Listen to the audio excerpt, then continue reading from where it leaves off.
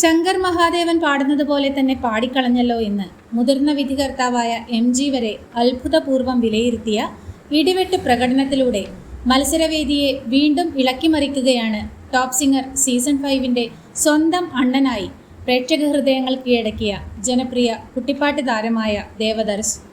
എഴുന്നേറ്റ് നിന്ന് കൈയടിച്ചുകൊണ്ടാണ് വേദി കുലുങ്ങിയ ദേവദർശിൻ്റെ ശങ്കർ മഹാദേവൻ ടച്ചുള്ള ആലാപന വിസ്മയത്തെ വിധികർത്താക്കൾ എല്ലാവരും അനുമോദിക്കുന്നത്. ആലാപനത്തിനൊപ്പം താളം പിടിച്ച് ഉല്ലസിച്ചുകൊണ്ടാണ് വിധികർത്താക്കൾ ദേവദർശിൻ്റെ പ്രകടനം ആസ്വദിക്കുന്നത്. ഇത്തരമൊരു ഗാനം മത്സരവേദിയിൽ പാടാനായി തിരഞ്ഞെടുത്ത ധൈര്യം ഉഗ്രനൊരു കയ്യടി അർഹിക്കുന്നു എന്നാണ് ബിന്നി കൃഷ്ണകുമാർ അഭിപ്രായപ്പെട്ടത്. കലക്കി എന്നല്ലാതെ കൂടുതലൊന്നും പറയാനില്ല എന്നാണ് അഫ്സൽ വിലയിരുത്തുന്നത്. വൈരം എന്ന ചിത്രത്തിലെ ശങ്കർ മഹാദേവൻ ആലപിച്ച നാട്ടുപാട്ട് കേട്ടോ എന്ന ഒരു വേദിയിൽ ലൈവായി പാടിഫലിപ്പിക്കാൻ പ്രയാസമുള്ള ഗാനത്തിൻ്റെ ശങ്കർ മഹാദേവനെ ഒപ്പിയെടുത്ത ഇടിവെട്ട് പ്രകടനത്തിലൂടെ വേദിയെ പിടിച്ചുകുലുക്കി വിധികർത്താക്കളെ എല്ലാവരെയും എഴുന്നേറ്റ് നിർത്തി കയ്യടിപ്പിക്കുകയാണ് ദേവദർശ്.